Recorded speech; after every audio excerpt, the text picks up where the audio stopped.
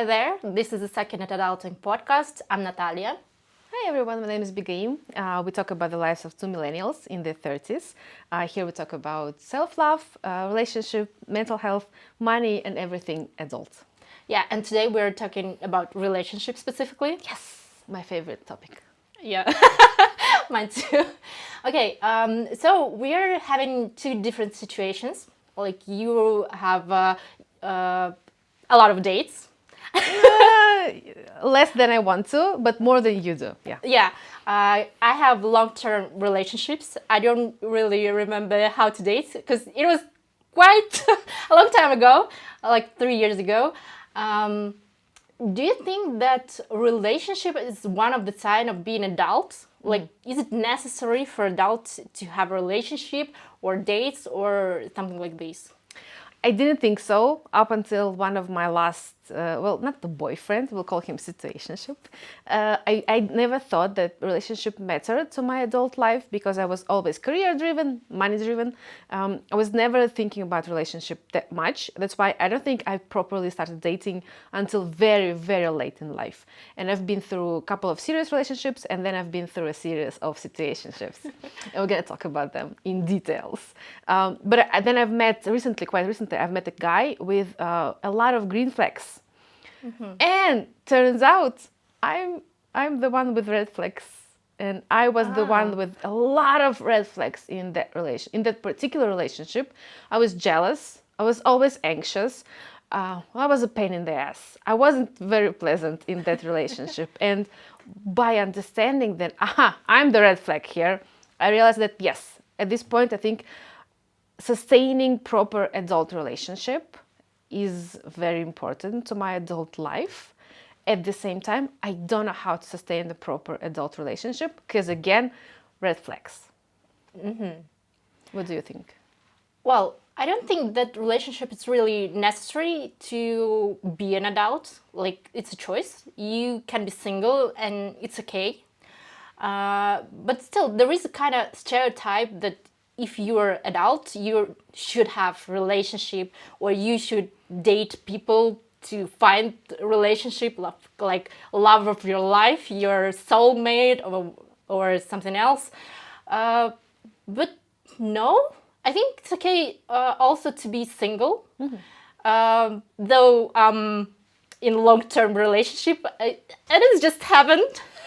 I didn't really want it, but it just happened. And well, honestly, right now, I'm kind of missing all this dating. It was really fun. It was really fun. No, yeah. It was never fun.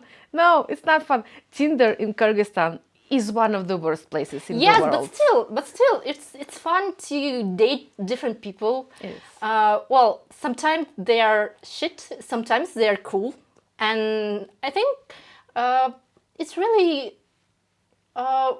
kind of driven to meet different people, to talk with them.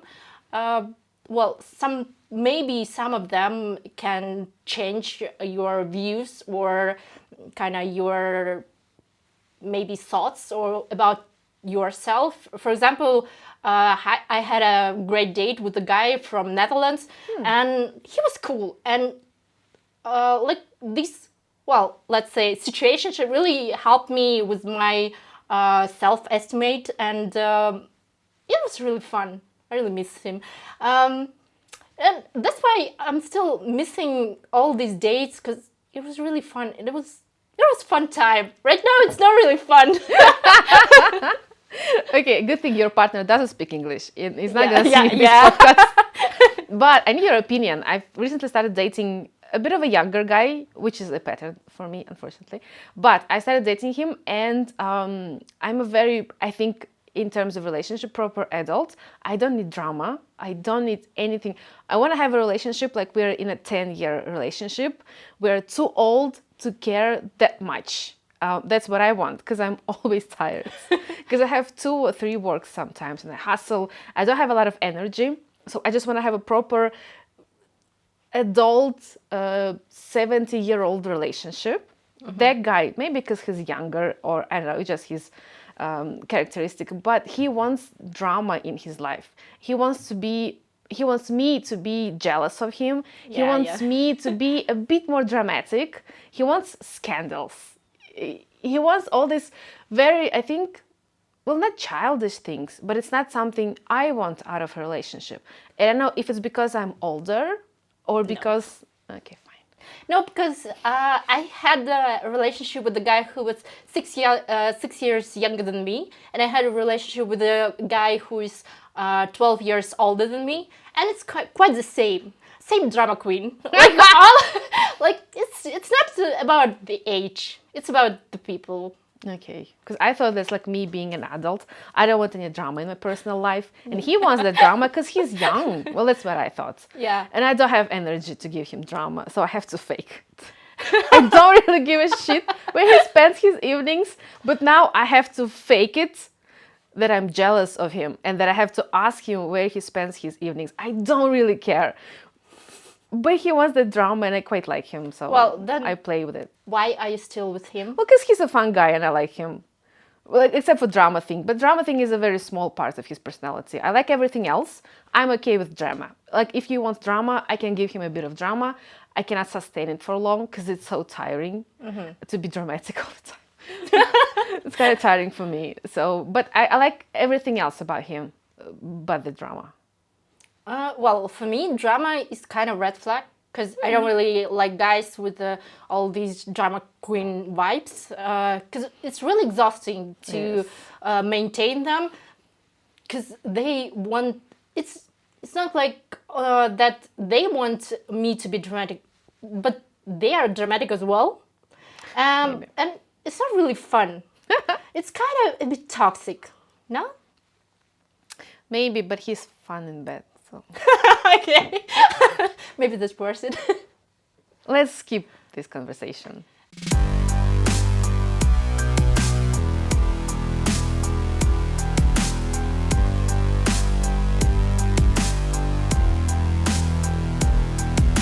Do you think life became harder when you went into a long-term relationship? Yes. Or Yes. okay, so okay. I don't know the second option, but yes. Okay. Tell me more. Well, for me, like dating different people, it's kind of emotionally fun, and you get some energy from these emotions. Like with new people, it's fun. It's new energy, and you have these positive vibes, and it's just fun. But with a long-term relationship, with some time, these emotions just They fed well, out. yeah, they not disappear, but they became different, and everything became kind of routine, and life is so calm, and nothing really happens because I don't know. In our relationship, it's kind of we have some arrangements, and we kind of follow them, kind of. But still, it's kind of boring. It feels like you need drama in your life. Well, maybe. Who's the red flag now? But I don't know. It's just not as I would thought it would be. It's just different. Let's move on. Not so fun. What do you miss particularly from your single life? Well, I think I had a more freedom. Like, right now, you depend on other person because you need to match like plans or time or something else. And I really like to be alone. And right now, I don't really have a lot of just me time because somebody like kind of always near me, and it's with the Always time there. and with the time it's not so fun. Okay. So it's just more freedom, like how to do, and it's easier because I don't know. Right now, I have I live with him, and we have different things that we do together. For example, we should go to his friends' kind of birthday or parties and something like this. I don't really like it. Sometimes I miss it, but I cannot miss it every time. So I should go there. And I don't know, it's just more cooking, more cleaning, more boring things. I don't really enjoy it. Okay, you should go back on Tinder Probably, and yeah. I'm thinking about it. and understand that, maybe not so bad. Because Tinder is horrible in Kyrgyzstan. As it is in Yes. Kazakhstan, by the way. Not a lot of people know that. It's worse in Kazakhstan. Well, yeah, but still, it's kind of fun. No? I don't think so. Well, what is dating for you? Like, well, if it's not fun, then what is for you? And why do you do this? Because I like when people pay for my food. Your feminist shame on you. They make more money than me, statistically speaking. So I think they should pay for food. No, I used to enjoy it a bit more when I think it was 2022. That was the year of freedom for me. The year when I declared that I will not have any relationship, any serious relationship, and I didn't have any serious relationship throughout 2022, and it was fun. It was like so much fun. I went on dates with like a couple of Americans, a couple of British guys. I went on a date with one Colombian guy. I quite liked him. He was really good at dancing. So I went to a lot of dates, both in, well, I didn't go to dates in Kazakhstan because it's worse in Kazakhstan. In Kyrgyzstan, I did go to a lot of dates. I get to travel. I think it was in 2021. I traveled to Serbia, my favorite place in the world. And I went on dates there as well. It was fun at some point, but then you kind of get tired of getting to know new people. Maybe it's just me because I'm an introvert. And in 2023, I think I stopped using dating apps that much. Well, because I've met a couple of guys and I sort of focused on them. And I think I've talked to them more than any other people online. So now it's more of a, maybe because of my age as well. I think that's a whole thing and a whole nother conversation. When I was 29, the pool was huge. It was everyone from like 20 until 40 years old. Everyone was liking me on Tinder. Now I think the pool is obviously reduced. And now I have more 20 years olds than I have 40 years olds, which is bothering me a bit. Why?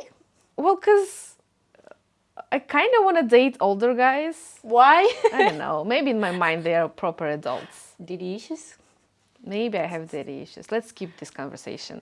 No, I think that in my mind, I wanted to date more older people. And I've told you that a couple of times. Because I think they're like proper adults. And I thought that if I date them, I might learn something about this life. And I did go on a couple of dates with older guys. Turns out they know nothing about this adult life.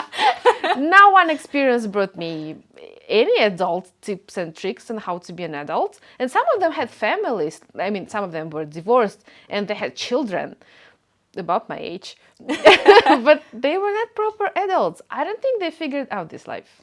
Well, I don't think anybody really knows how to live this life. I don't think anybody will give you any tips how to live this life, especially your life. So, I don't. Why are you still dating? Want to date with the older people?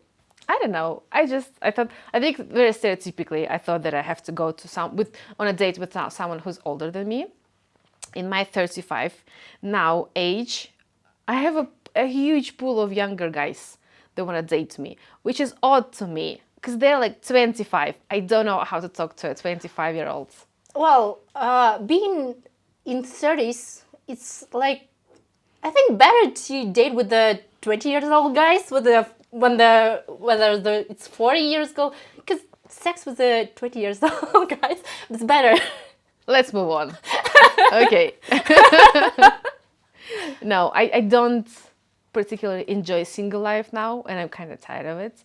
Maybe because I really like watermelons and they're so heavy, and I don't have a car and the person to bring watermelon to my home. Well, long-term relationship doesn't mean that somebody will bring you the watermelon. It doesn't! Okay. No. I'll give up. Yesterday, I had to bring it myself. Oh, no. Because my partner, he just refused to do this. And Yeah, we had Okay. kind of conflict about that. But still, well, I agree that it's really hard to have a lot of dates, and it's really hard. Well, in both situations, it's really hard. Well, everything is hard in adult life. Like doing this podcast hard as well. But I don't know. Okay, let's talk about benefits. There should be benefits in both situations. Well, I have my freedom. I still have my Yeah. freedom. I don't have aligned my schedules with, well, I do have aligned to align my schedules with like my friends and family and yada yada yada. But at the same time, I'm a very free person. I've spent the last weekend sleeping about 16 hours per day, which I think is a sign of a depression, but we'll skip this conversation as well. So I think I am quite free, and I understand that I can go on vacation tomorrow, for example. I don't have to warn anyone. I don't have to pay for two people. Thankfully, vacating alone is quite cheap. I have my friends I can go with, so I am my own chief, and I can do whatever I want because I don't have children and I don't have a partner I'm responsible for, I guess. I think that's good. At the same time, because I'm a girl in a very remote country, it's easy for me to get a first date if I want one. It's gonna take me like 3 minutes on Tinder maybe to get a date. Less if I want to have sex. Well, not a guarantee it's gonna be good sex. No. 96% based on statistics, it's gonna be bad. Yeah. Well, yeah, so true. Um, well, in long-term relationship, I think it's kind of, well, maybe an illusion that if you have a long-term relationship, it's kind of everything is good in your life. Especially in our country, if you have a long-term relationship, especially if you're married, everything is good with you if you're a girl. But still, it's kind of, you can share kind of responsibility, share payment That's a good with thing. someone, and it's kind of benefit. I don't know. It's you can make like plans for future, and yeah, it's kind of plus of being in long-term relationship. But I think that with the dates, the main benefits is that they are limited. Like this relationships usually limited, especially if you're date foreigners. They leave your country and everything is fine. Like with a long-term relationship, you understand that this person is gonna be with you like for quite a long time, and you need to work on this relationship. You need to do something to be comfortable in these relationships, and sometimes it can be really hard because again, being in relationships needs kind of be an adult. Well, because you need to discuss problems, issues, different situations, arrangements. Like you need to talk a lot and discuss everything, and it's kind of exhausting. I agree.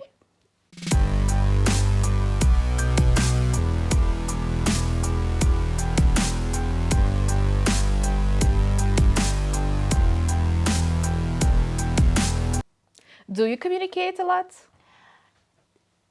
Well, we've communicating a lot in the beginning. Right now, not so much, but probably we should. Okay. My problem, I think, with situationships is you have to explain to every new guy how they should communicate with you. For example, I had a very scary moment today where I was scared because one of my neighbors got drunk and there was a fight in the apartment next door. So I was in my apartment quite scared because they're very vocal, and I think they broken some stuff up there. So I was quite scared in my apartment, and my situationship now, he was in Kazakhstan earlier today, so he was quite far away, and I just texted him that I'm scared because there is like someone outside, and he told me, be careful. Well, That's it. That's about it. What do you mean, be careful? I'm in my apartment. Everything is closed. I don't talk to people who are fighting in an apartment next door. But I'm still kind of scared because they're next door. What do you mean, be careful? That's the stupidest thing you can text, by the way, someone. So I have to explain to this guy again and well, I had to explain to the previous guy. Now I have to explain to this guy that this is not how you support people. You just have to say, I'm so sorry this happened to you. Is there anything I can do? Yada, yada, yada. Be a proper adult in this communication. He was not. And I've spent this entire morning explaining to me how he should support me in the future when my neighbors have another fight, I guess. That takes a lot of your energy and time to teach these children to be adults. Well, I don't date children, by the way. I just, no. He is at least 18 years old. I've checked his passport. okay, good to know. I did. I had to. I did. Yeah. Well, yeah, but I think the problem that even in long-term relationship, it doesn't mean that your partner, even if you explain it to him, it doesn't mean, well, that he in some years will remember this. Well, not even years, in some days. That's the problem, because I think that it's really hard to find a person who will be really, well, if we're talking about men, the person who will be like emotionally available and to know how to deal with such situations and what to do and what to say. I don't think it's about like long-term or short-term relationship. I think it's about men. It's always about men. Yes, true. Yeah, but still, I don't know. Sometimes I'm really okay. I'm really glad that I have long-term relationship because it's kind of stability. And it's kind of, you should be more, I don't know, relief about your life, because at least you have a relationship, long-term relationship, you have a partner, you have plans with him or kind of like this. But still, in this long-term relationship, there are so many issues. Well, not so big, but still small issues. You should talk about, you should work on them, you should do, and more responsibility in some way. I don't know why, because it seems like you should have you should share all this responsibility, but somehow it's still more responsibility than when you're alone. I don't know how it works. I don't know, and all this management, in some way it's very exhausting. And I don't know, probably it's just crisis in my relationship, sorry. He doesn't speak English again, Yeah, thankfully. okay, thankfully. I hope his friends don't speak English too. No. Okay. I hope his friends will never see this. Well, they will, because okay, never mind. Okay, no partner can support you. I think the way your friends can support you, because I do have more intimate relationship with my girlfriends than I do with my partners. Yeah. And I think you can find support everywhere. You can find support in your family, in your community, in your group, in your friendship. You can find support in your colleagues. It doesn't have to rely on one person, which in our patriarchal world, we are taught that we should rely on one person, because all fairy tales end with a happy end between two people. It's not. In real life, you have to find support from everywhere. I think that's why we're building this community. That's why we want to build a community of people who suck at adulting as much as we do. Yeah. But I think we can talk to each other about this. That's why we're trying to build our community on Patreon. It's a page where you can support us, support our podcast. You can get benefits from it. But the main idea is to build society and to build a community, a safe space where we can talk safely that we do suck at adulting. Yeah. And if you're suck at adulting as we are, please support us. Yeah, thank you. So, speaking about guys, yes. How do you understand that the guy in front of you is really adult? Because it's a huge problem with the guys, because I think, well, in our country, guys is usually more childish than girls, because from childhood, girls are raised more responsible, like more serious, and that's all the things. But for guys, it's quite different situations, because usually they are raised like kings. Yeah, there's a cult of guys and boys in our society. Yeah, so it's really hard to find a mature guy. Do you have any kind of red flags or signs how to define if he's adult or not? So many red flags. Oh, I have so many stories. No, I think the first one, and I've learned this along the way, because I've been using Tinder for. I've started during the pandemic. Smart move, highly recommend it, in 2020, and I'm still using it a bit. So I think the first thing, and I know it's maybe counterintuitive, but one of the first thing I ask on a first day is how they broke up with their last partner. What happened there? And I'm not asking for their life story, but I'm just asking casually what happened there. And based on their response, because if he says that she was a bitch, you don't want to really date that kind of guy, because you'll be the bitch in the next conversation with the next girl. If he's very respectful of his previous partner, whatever she did, whatever he did, whatever how their relationship broke up, if he's respectful of her still, I think that's a sign of a at least mature guy. Well, I had some dates who told me that the girl broke up with them, but they don't know why it happened. Oh, Is that's it a red flag. That's a red flag. That's a Okay. red flag. It means she told him repeatedly what he did wrong. He never listened to her. She got fed up with it, and she broke up with him. It's a huge red flag for me. Okay. Well,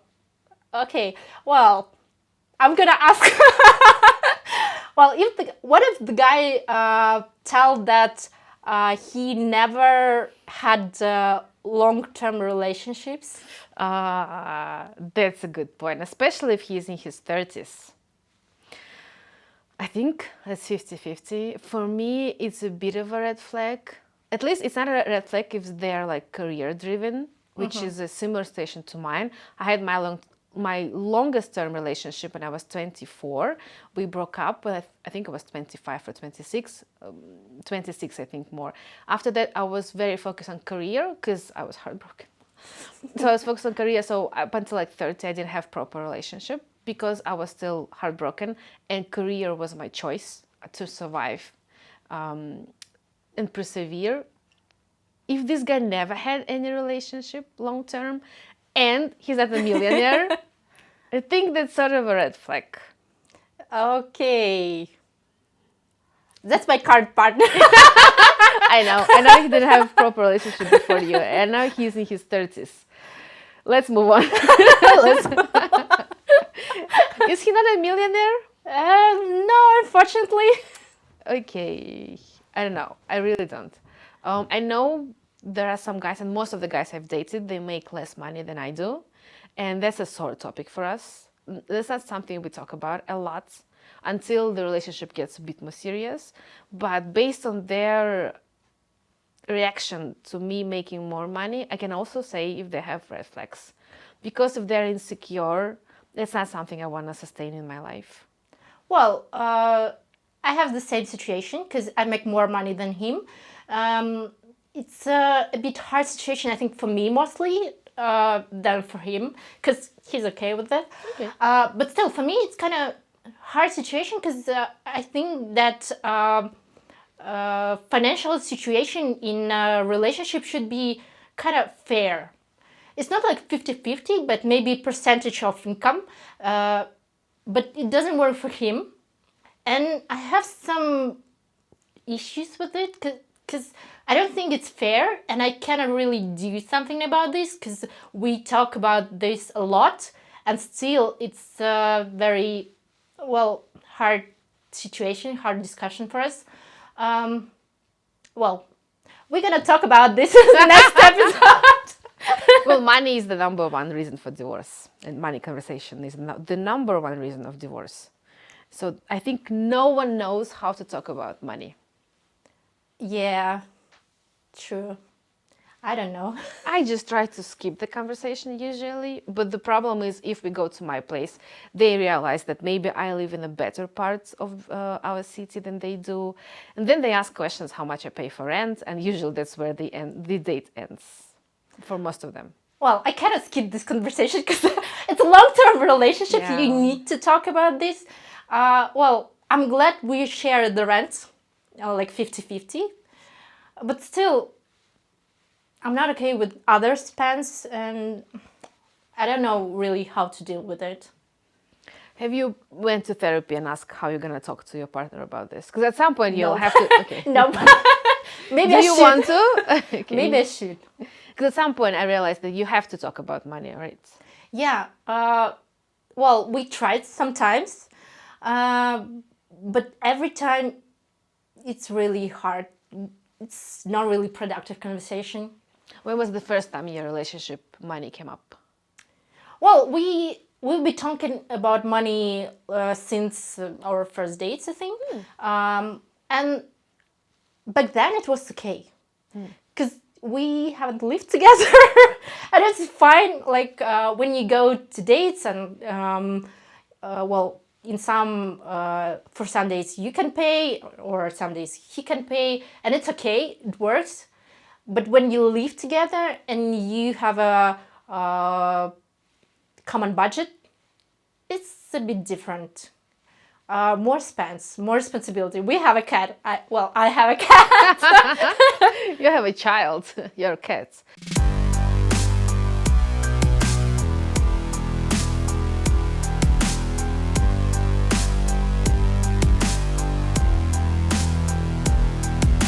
Yes. Do you think it's a part of adult life to have proper communication with your partner? Yeah, true.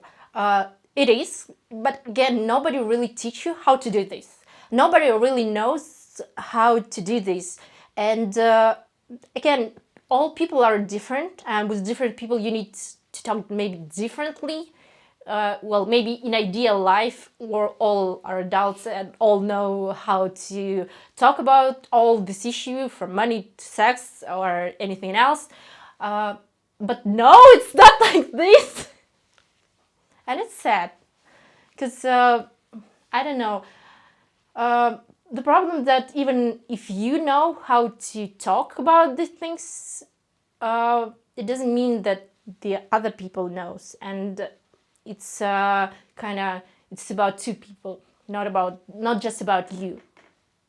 You wanted to be in a throuple. Not really. Right now, no. No. Okay, I think Too many people to maintain. too many people. You can't handle one. Well, I think maybe if it's a girl, maybe it's gonna be easier. Yeah, I think any relationship with a girl is easy. Yeah, I hope so. It's the guys I have problem with. Probably. But again, my parents, I don't think they've ever talked to each other in front of us, at least. I don't know if they've talked to each other behind our backs. I don't know how they dealt with this type of situation. So I agree with you. No one really teaches us how to talk about money, sex, relationship, anything with your partner, how to properly communicate. Yeah. Where did you learn how to communicate with your partner? Well, it was a long way of mistakes. Because again, my parents divorced, and I was raised just by my mom. And again, she just deal with it by herself, and she had not like talk with somebody about money. And right now, for me, I think easier to deal with it myself. In some way, it's kind of control freak thing. But well, money for me is the main issue, I think. For me, easier to talk about sex. Oh, I love to talk about sex. But money, it's so problematic. Like, because I don't really know how to deal with the money, like when you have somebody else who is like equal partner. It's really hard. Do you read books on it, listen to podcasts, Google it? Well, Yes, but it doesn't really help because usually advices they give to you, they're not really relevant to our situation, and it's a bit challenging. Because that's about you, it's about him, I guess. Well, I don't think it's about him, just about him. I think it's about us, me as well. I know that for me, money it's kind of issue, and I know that I don't really know how to talk about it because every time we start to talk about it, it's very difficult for me, especially. Again, because we have a very different point of views on money. Like he's just okay with what he has and he's fine. He doesn't really need to talk about it. It's me who needs it. Yeah. Let's speak about this in the next episode about money. We're going to talk about money in the future, yeah. But more about your personal money, your personal relationship with money, which I have a very good relationship with money. But again, I never experienced having to talk to a partner about money. Because, for example, I also support my mother and I support my family financially, and they don't know how much money I make because otherwise I'd have to support them a bit more. So I kind of hide my income from, I think, almost everyone in my life. And also talking about salary is not very polite in our society, in our culture, so we don't know salary of each other. There's money, I think, is more of a taboo than even sex for us. We can talk about sex even now. Yeah. We cannot talk about money because it's so shameful to talk about money. And also in our society, it's shameful to want to have more money. Yeah, but I don't know. Well, when it's about my personal money, it's okay, no problem. I know how to deal with it. I know how to spend or anything else. I have some investments and so on. And it's okay. But when you have a partner and if you kind of plan together your future, you kind of should plan financial issue as well, kind of budget for, I don't know, trips or, I don't know, investments, house or something else. I don't know, children maybe. But I don't know how to do this. Again, should we have kind of one account for this or should we have separate accounts? Again, it's an issue of my security because I don't know how long we're gonna be together. And it's so many issues. I don't know. You know, there are a lot of useful podcasts online. This is not one of them. Yes. This is not a useful podcast. I've asked you 3 times to give me advice on how to communicate about money with your partner. You've said, I don't know. I don't know how to do this. That's the problem. It's not a very useful You podcast. have tips from a wrong person. Okay, if you know how to deal with money in your relationship, please leave a comment for us, because obviously we don't. Yeah. I hide my income and no one knows how much money I make. It's So safer for me. Yeah, and with your dates, how you deal with the money? Oh, they pay for everything. Every time? Yes. Aww. I have no issue with asking Ben to pay for my coffee and my lunch. It's fine. I can pay for my coffee and lunch. I usually pay for my coffee if I don't want to see them ever again. So I don't feel like I owe them anything. If I like them and I want to see them again, they're going to pay for everything. I'm very okay with it. Well, even with the foreigners, it's okay, because I know that, I don't know, Americans or European guys, they're not gonna pay for you every time. Maybe. Yeah, I think we can share costs like any other way. Maybe I can pay for like taxi, or I can buy ice cream after the date. So it's fine. Again, I don't really have troubles them paying for my food because I quite like to eat and I eat a lot. And it's kind of expensive to sustain my food habits. So I'm fine with them buying my food. Shame on you, feminists. Oh, it's fine. Like, no problem. No issue. They make more money than I do, statistically speaking. Personally speaking, no. Usually I make more money than they do. Yeah. But again, I don't really talk about this with a lot of guys. Because again, if I say to them how much I make, usually it's our last date. Because a lot of guys' ego cannot handle that I make more money than them.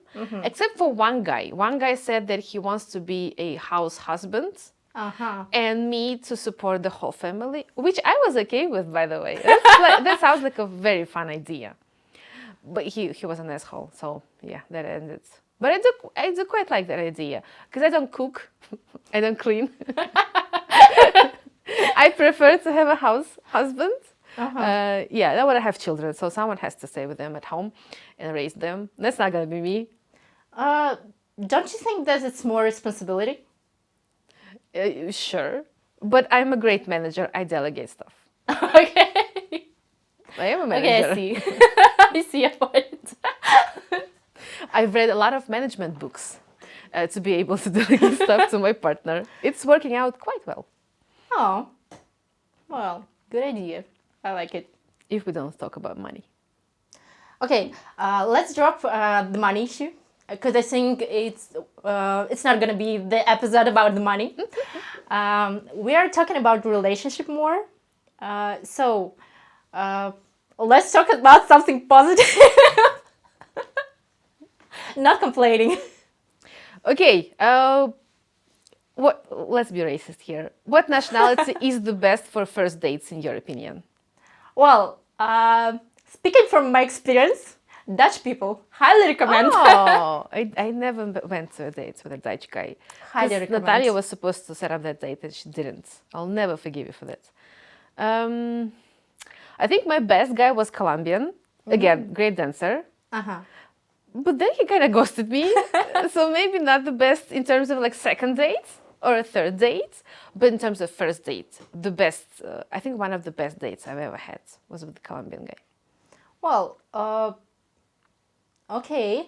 Also, I had let's say friends with benefits with the guy from somewhere in Europe, and I forgot the country. It doesn't matter. All white people look the same to us. But it was very relaxing situationship. Well, friendship with benefits, because he's control freak, even more than me, and for me, it worked because I can be more relaxed because I know that he's gonna deal with all issues, all problems. I don't need to think about it, and it was kind of relaxing. Do you think adult relationship has to be 50-50 all the time? Yes, but again, it's never gonna be like 50-50. Well, you will have more responsibility, or then he will have more responsibility in different sphere. You will have more responsibility. It never worked like 50-50. And well, I don't know. Sometimes it can be really difficult because sometimes you can feel that there are a lot on your plate, and it's really exhausting to deal with this. I don't know, maybe in this moment you should ask for help. But again, it's about communication. Probably if you're in long-term relationship, it's gonna be easier. But who knows? It depends, I think. I think so too. I think it's all about communication. I mean, it cannot be 50-50 all the time. Sometimes I want to sleep more, maybe. I always want to sleep more. And I do agree. I think it's all about communication. How you agree on stuff and how you divide this, not 50-50, but sometimes it's 70-30, sometimes it's even 90-10. Yeah. There are some really bad days for both of you. And I think parts of me of being an adult is to talk openly and to use a lot of I statements, which, by the way, my therapist taught me word by word how to say that I'm offended by something that my partner did, for example. And she did teach me like word by word how to say an I statement. For example, like I feel bad when you don't call me, like to say good night, for example. The first time I cried so much when I had to say this to my partner because I felt like a child asking for like a treat, for example. But I think now with time, I've learned how to use I statements, and I've learned that using I statements is in reality a very adult thing to do, other than just be silent and hope that he can read your minds, which, by the way, men cannot read minds. Yeah. They barely understand when you tell them directly what you need. But I think saying those I statements helped me mature maybe a bit. And I find them very useful, even though sometimes the partner doesn't understand it. And I think it's time for you maybe to end that relationship when they don't hear your I statements. But me saying those I statements is a huge victory for me, like a personal win for me. Well, yeah, I think it's kind of part of adulting to know how to speak with people, to make them understand you.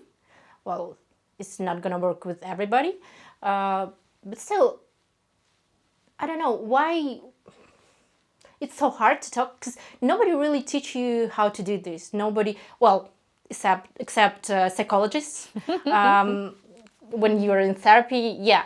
But in other ways, well, parents or society never tells you what to do and how to speak, how to make other people to understand you, that you should tell if you want something, you should tell if you need something or you have some problems. But it's really hard to start. Because fairy tales end when you get together.